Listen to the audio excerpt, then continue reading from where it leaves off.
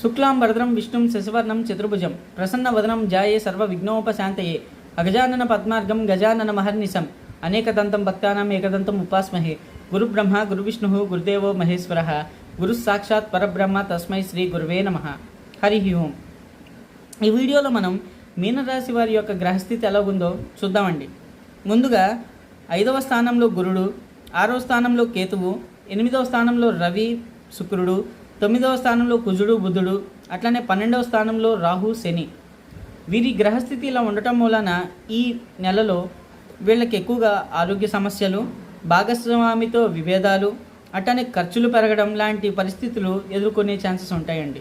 So వీరు ఎంతసేపటికి ఈ నెలలో భక్తి సహనంతో ముందుకు సాగితే శాంతి అనేది లభిస్తుందండి. వీరికి ఇలా వెళ్ళాలి అనుకుంటే గనక ఓం హ్రీం గృణి సూర్య ఆదిత్య ఓం అని ఆ సూర్య భగవాను, ఓం నమో భగవతే వాయునందనాయ అని ఆంజనేయ స్వామిని గనక వీళ్ళు నిత్యం స్తుతిస్తూ ఉంటే కనుక ఈ నెల మంచి ఫలితాలు అనేవి ఎదుర్కొనే ఛాన్సెస్ ఉంటాయండి.